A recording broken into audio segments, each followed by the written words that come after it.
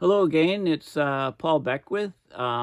So in the last video, I talked all about the tipping points in the climate system, and I talked about a Guardian article which talked about, already at 1.1, we've crossed the number of tipping, the lowest level that's possible for the tipping. So as we allow temperature to continue to rise abruptly, rapidly, we reach more and more thresholds to cause tipping.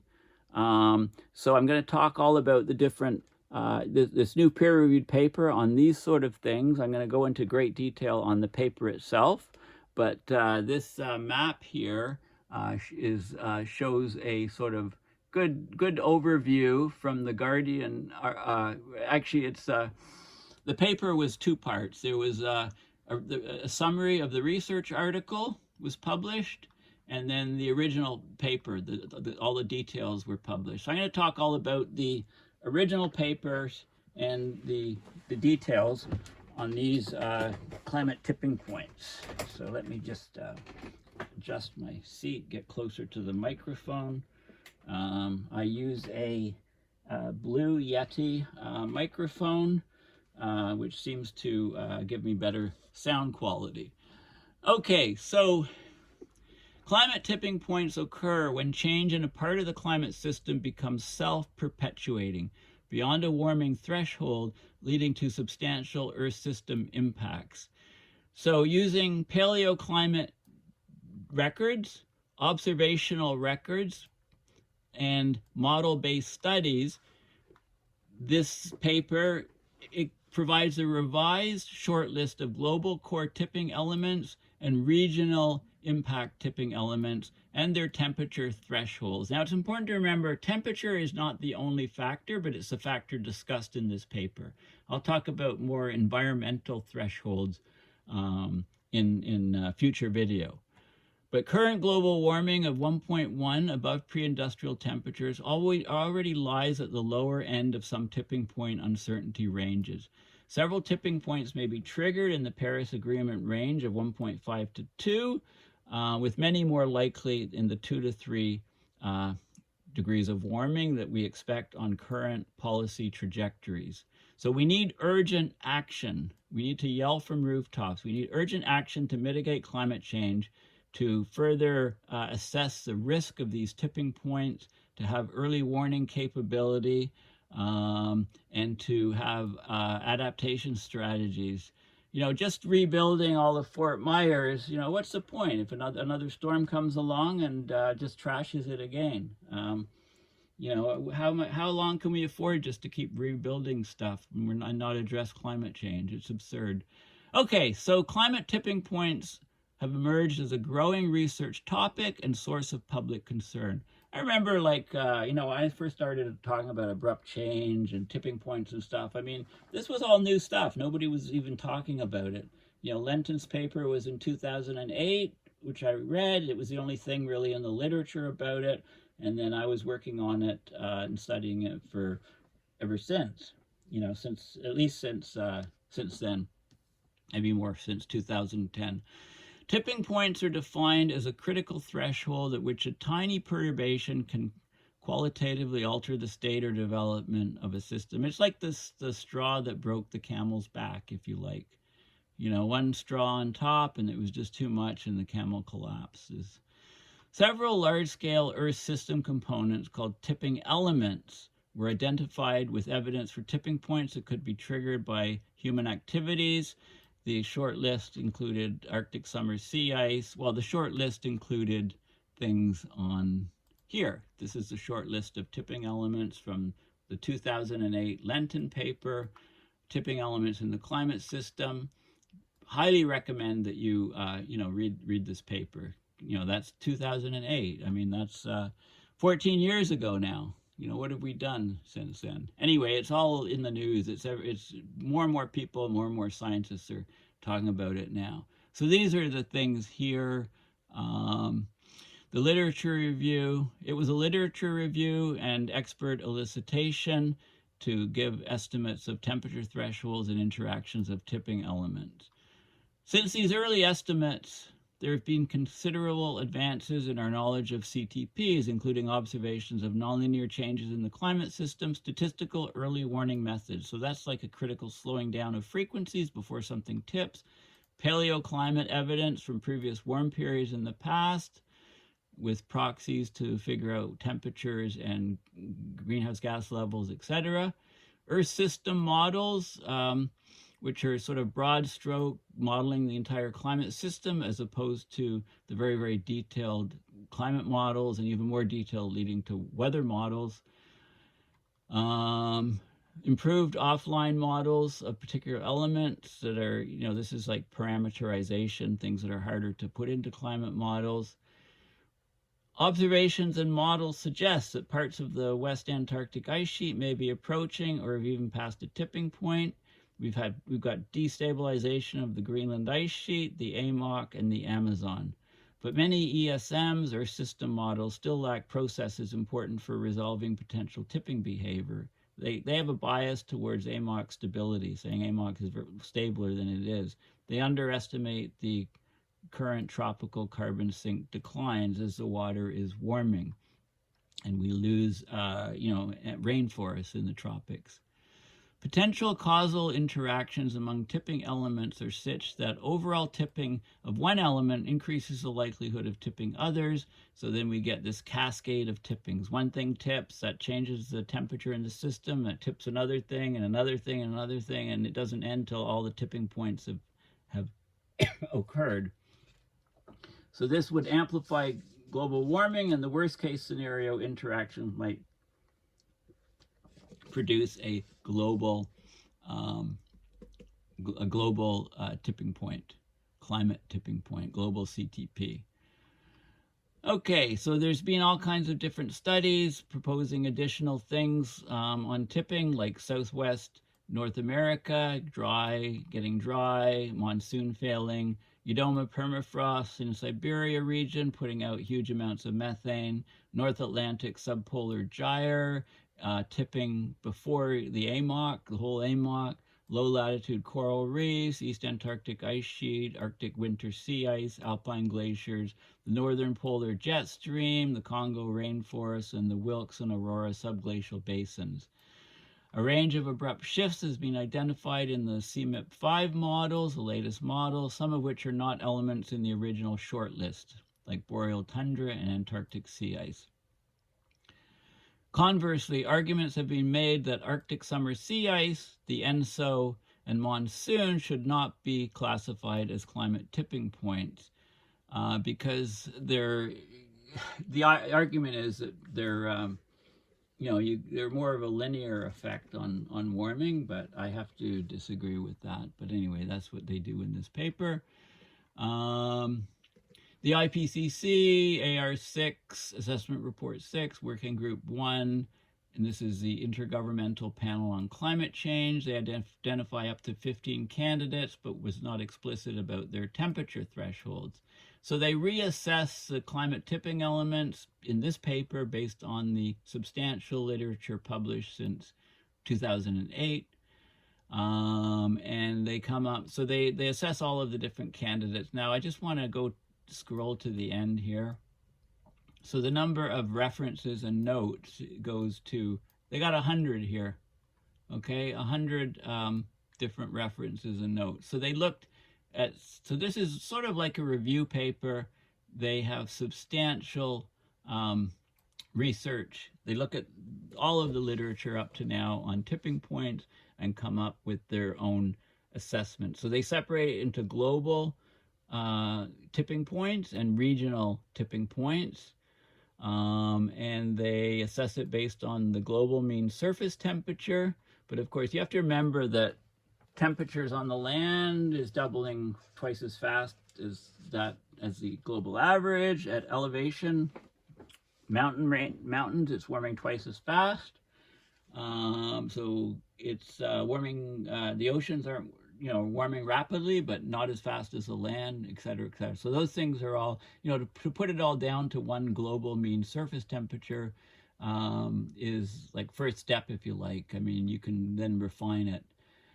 A tipping point is threshold in a forcing control parameter at which a small additional perturbation within natural variability of about 0.2 Celsius causes a qualitative change significantly larger than the standard deviation of natural variability, and that's so a change in the future state of the system.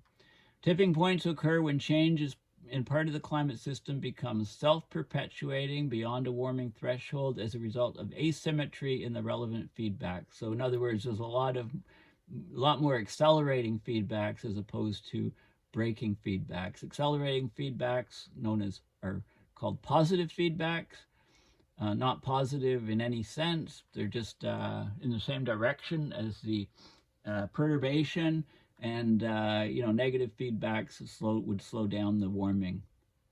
And this leads to substantial and widespread Earth impacts. So self-perpetuation is usually due to positive feedback within a system, attaining sufficient strength to overcome stabilizing negative feedback. So you can think of accelerating positive feedbacks, stabilizing or breaking negative feedbacks, and that temporarily causes a runaway condition, and then the change occurs much larger. That occurs is much larger than the forcing changing the system. Most positive feedbacks never attain this condition of runaway. They amplify the original driver in a constrained way until breaking feedbacks get larger. Notably, Arctic summer sea ice loss involves the positive ice albedo feedback, but unlike year-round sea loss, that feedback alone is not strong enough to produce a clear threshold beyond which loss would continue even if global warming stopped. Consequently, we describe such feedbacks as threshold-free. Okay, so Arctic sea ice is not ignored, it's just defined as threshold-free. Reversibility and irreversibility. Tipping points usually lead to irreversible qualitative change, but there are reversible tipping points possible. That's like a special case or a subsection of tipping points. Many tipping points result from crossing bifurcation points. You can be over here or over here. You can't be at both. So if you're moved off this point, you can then go to a different system state or attraction basin boundary. So think of the energy diagram: a peak, a low, and a peak, and another low. This would be, if you're up at the peak, the attraction basin is the valley below, and you can have, if you pass another peak, you can go to another valley below. These things have hysteresis. So if you increase from 2 to 3, you can get a big change, and you go back from 3 to 2, you're in a different state, and you don't go back to the original state. So this is hysteresis, making tipping effectively irreversible on human timescales.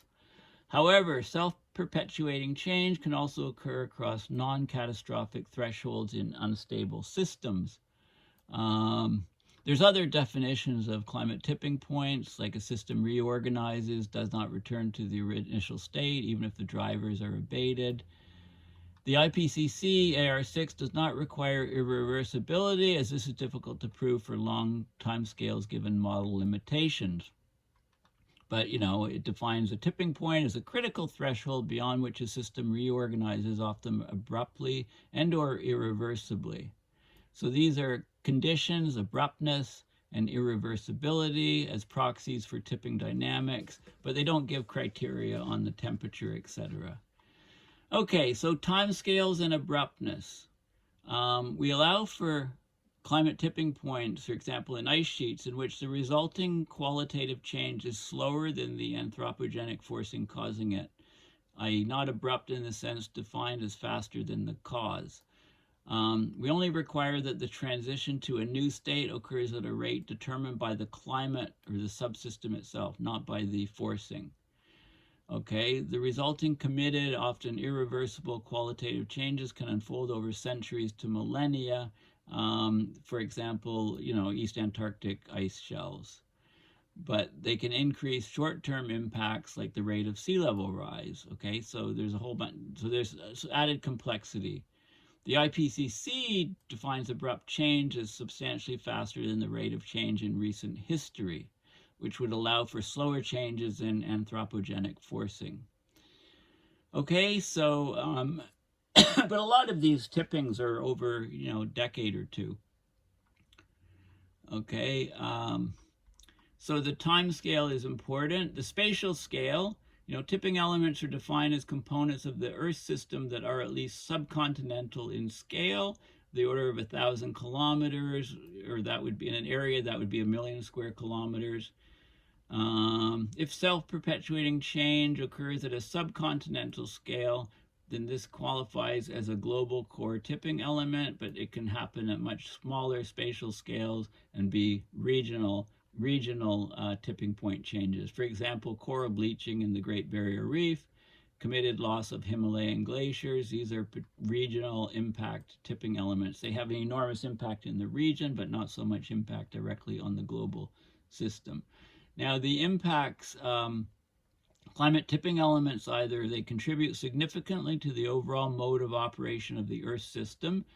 That would be the global one. So the tipping modifies the overall state of the whole system. They can contribute significantly to human welfare, like tipping that affects, say, greater than 100 million people. Or 3, they have great value in themselves as a unique feature of the Earth system. So global tipping elements meet criteria 1. Okay, they affect the overall Earth system. Regional impact tipping elements, they meet criteria 2 or 3, but not 1. Okay, so there's other, and once things tip, it can cause coupling to other tipping elements and cascading tipping through heat, salt, water, carbon, or momentum fluxes.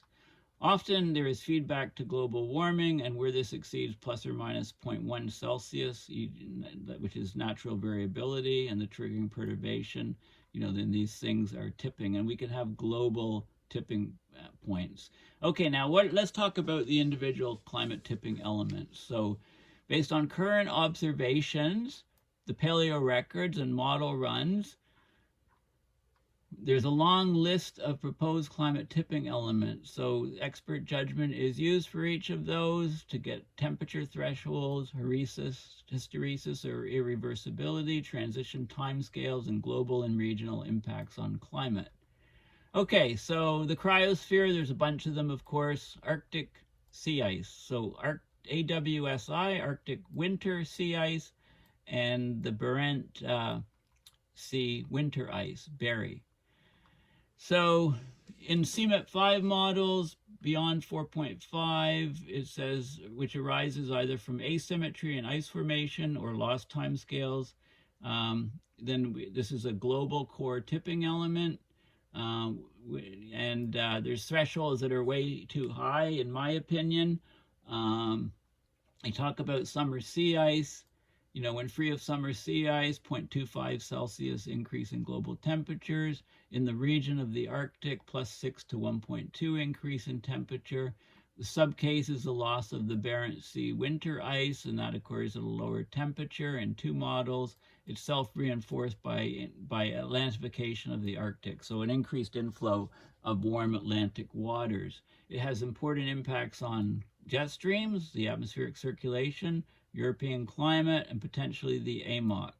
It's a probable regional impact tipping element, time scale of 25 years, causes regional warming.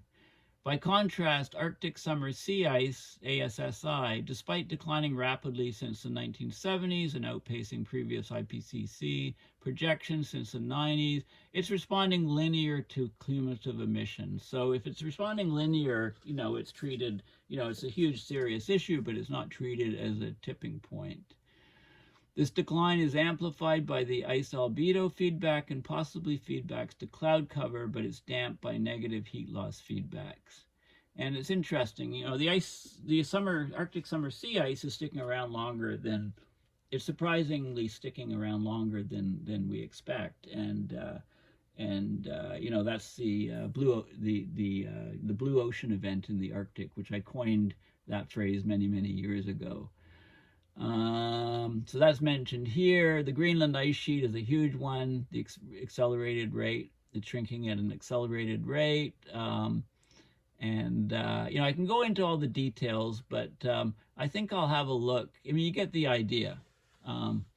I don't want this video to be too cumbersome and length, so I'll just talk about this table. So this is a table showing the literature-based threshold, timescale, and impact estimates for the tipping elements that they categorize either as global core or regional impact. So these are the global core ones, these are the regional impact ones. So we've got the Greenland ice sheet collapse, and there's a temperature threshold range, and there's a time scale, and then once it tips, this is the impact on the global climate and the regional climate. So global climate or Arctic climate. West Antarctic ice sheet collapse here. The Labrador, the Erminger Seas, southern polar gyre, not southern, more, well, it's a gyre that's below the Arctic, subpolar gyre, I think, SPG, collapse, and then the eastern Antarctic subglacial. So this is on the coastlines of the East Antarctic ice sheet. And then we have the Amazon rainforest dieback, boreal permafrost collapsing, the AMOC collapsing, the Arctic winter sea ice collapsing, so going to year-round ice-free state in the Arctic, East Antarctic ice sheet collapse, and then we have low-latitude coral reefs die off, has a huge impact on biodiversity. And then the regional ones are the boreal permafrost abrupt thaw, right?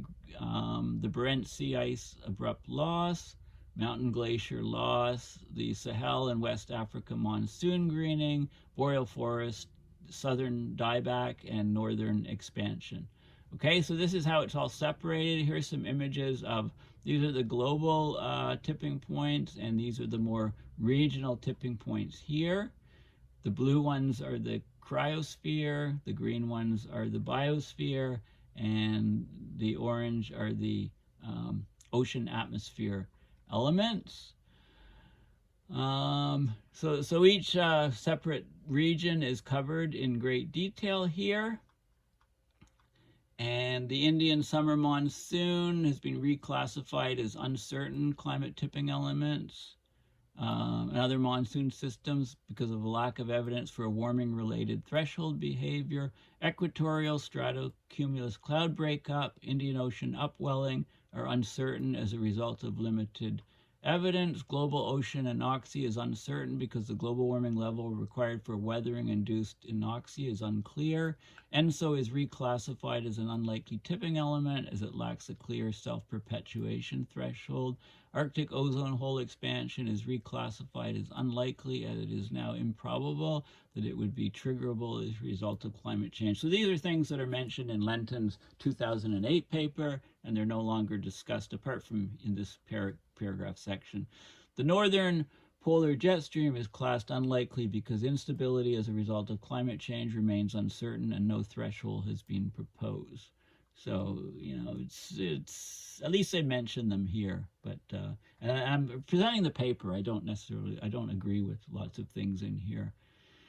Amazon rainforest, coral reefs. I'm just going to go down to the other images. So I showed this image at the beginning of the first video that I did, you know, not part 2, of the different temperature ranges required, you know, estimated for making tipping possible and very likely for all of the different 16 elements. And here's where we are right now. This is the business as usual. Going up, you know, all of these things would be triggered. This would be the cumulative tipping points from, you know, so one's tipped, another one tips, etc. And yeah, so basically, you know, I'll talk about the conclusions a little bit. Remember what I said about reading papers years ago? I said, you know, you got a paper, you don't have infinite time, lots of time, you know, this is definitely good to read the summary, overall summary, but you want to read the abstract. You want to look at the diagrams, tables and diagrams, and you want to read the conclusions. So, discussion. Are there separate conclusions? No. No, so it talks about things. Discussion. So tipping elements and their tipping points were treated independently in this assessment. Okay, so this is a very conservative assessment, right? There are multiple causal interactions between them with risks of triggering cascading tipping points. Okay, so, it's obvious that when one thing tips, it changes the system and can make other things tip much sooner. And there's no good handle on that presented. So there needs to be a lot of research and papers on this idea of multiple interactions, multiple tippings, one tipping leading to another and another, because that's what the system will do. The strength, and in some cases even the sign of identified interactions between tipping points is uncertain, but their combined effect tends to lower the temperature thresholds. So this is very conservative temperatures. Some of the threshold and impact estimates are highly uncertain, like the AMOC, boreal forest, tundra, Amazon, Sahel, and PFTP. What's PFTP? Ugh. PFTP.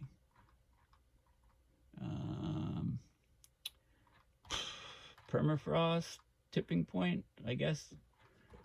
PFTP. Okay. Some proposed elements remain too uncertain to categorize. Antarctic bottom water. These are other tipping points. Anoxic oceans. These are in the 2008 table, and they've been kind of left out of this one. They're unlikely to feature tipping dynamics like the ENSO and jet stream cannot be fully ruled out. Other tipping elements may yet be discovered. It may be possible to safely overshoot climate tipping points and slower elements like ice sheets and then correct back. So if temperature rises quickly and then we get our act together and suck CO2 and methane out of the atmosphere and get temperature down, we might have an overshoot for a short period of time and avoid tipping if there's a long time scale of these tipping elements. Okay, so to further our understanding of the likelihood of crossing climate tipping points, an updated expert elucidation is overdue. So we need conferences just on tipping points, get all the experts, all the propeller heads into rooms and figure out how the cascading is going and getting more information on all of these tipping points. Because we're reaching them, they're destabilizing the climate. Early warning methods are starting to reveal whether tipping elements are destabilizing for parts of Greenland ice sheet, AMOC, and the Amazon, and can reveal proximity to a CTP. So we're talking about critical slowing down in the frequency, statistical analysis showing that we're very close to tipping points, deep learning techniques, AI, etc. We need that sort of thing. The United Nations Framework Convention on Climate Change stipulates that all countries commit to avoiding dangerous climate change, translated through the Paris Climate Agreement into keeping global mean surface temperature well below 2 degrees C and aiming for 1.5. Well, we're crossing 1.5 very soon, and that's based on a baseline of 1880 to 1910. We've already crossed it for a month at a time if you use the 1750 baseline. Our assessment of climate tipping elements and their tipping points suggests that danger may be approached even earlier. The Earth may have left a safe climate state beyond 1 degree Celsius global warming, so a significant likelihood of passing multiple climate tipping points exists above 1.5. And then the Paris range, 1.5 to 2, even more across, 2 to 3 becomes totally unsafe. Okay, how is humanity going to survive on this planet if we reach these higher numbers? Okay, so what they did is they mined the literature subsequent to Lenton's et al.'s climate tipping elements paper in 2008. They include studies of paleoclimate change that was long overdue, observed change, early warning signals, future model projections, underlying theory, and existing assessments. Drew up the long list of possible candidate tipping elements, which are in the tables here. And then they added info on self-perpetuation, temperature thresholds, hysteresis or irreversibility, transition timescales, so the duration over which the tipping occurs, and global regional impacts on climate, and then used subjective expert judgment to determine the best estimates. So they drew up short lists of the core global tipping elements and the regional ones, and published it all in this paper. So this is like a key paper. So we're getting a better handle on, what these tipping points will do to our society, and it's not good. It makes our extreme weather events much, much worse, and it makes us feel like we're all living in the climate casino. So thanks for watching this video, and there are some other articles on climate endgame, a peer-reviewed paper on climate endgame. So I think I'll probably, if I don't do this in the next video, it'll be within the next few videos. So thanks again for listening, and we'll chat again. I'll chat again soon. Lots of videos coming your way. Thanks again, and please consider, supporting my research on my website, paulbeckwith.net, my PayPal, and also, if you prefer, to help fund my trip to COP27, the UN Climate Conference. And I'm going to, so let me just click on this link. So a little blurb on this. So I'll be attending the UN Climate Conference from November 6th to November 18th, 2022 in Sharm el-Sheikh, Egypt. This is the COP27th session of the Conference of Parties to the United Nations Framework Convention on Climate Change, and my travel expenses are all out of pocket. There was a climate march in Ottawa, September 23rd, where I was being interviewed by the CBC. Based in Ottawa, Ontario, Paul is a respected creator of entertaining and comprehensive videos. I don't know, are they more entertaining or are they more comprehensive? Usually pertaining to climate system science, abrupt climate change, meteorology, oceanography, earth sciences, and puppies and cats. I occasionally teach at the U of Ottawa. Haven't done it for a little bit. Didn't really want to do it online for COVID, but it's in person again, so I'll be, teaching hopefully climatology, oceanography near term, or at least I'll apply for those positions. Speaking at conferences and events, and panel discussions. I was in panel discussions at COP20 in Lima, COP21 in Paris, COP25 in Madrid, and COP26 in Glasgow. Hard to believe, but this is already going to be, my 5th COP. I don't travel much during the year.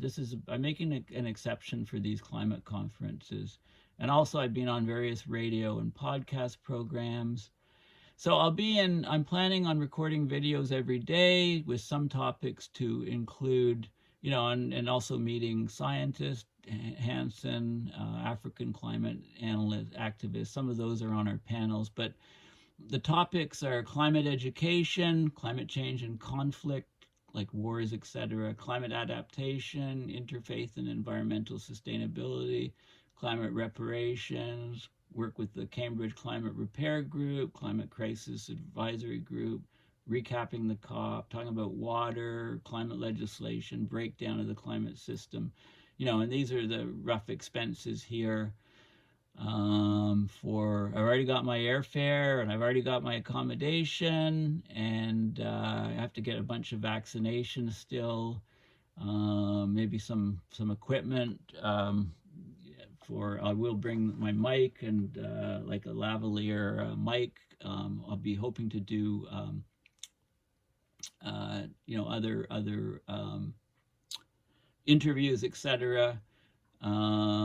Looking forward to meeting up with friends like Nick Breeze and Alex Carling and Peter Fiakowski and many other people at the conference. And, I'm going to try to, I'm going to find out what the Canadian government is planning. I think they're going to have a booth or a pavilion, and see if I can get involved in some talks with that.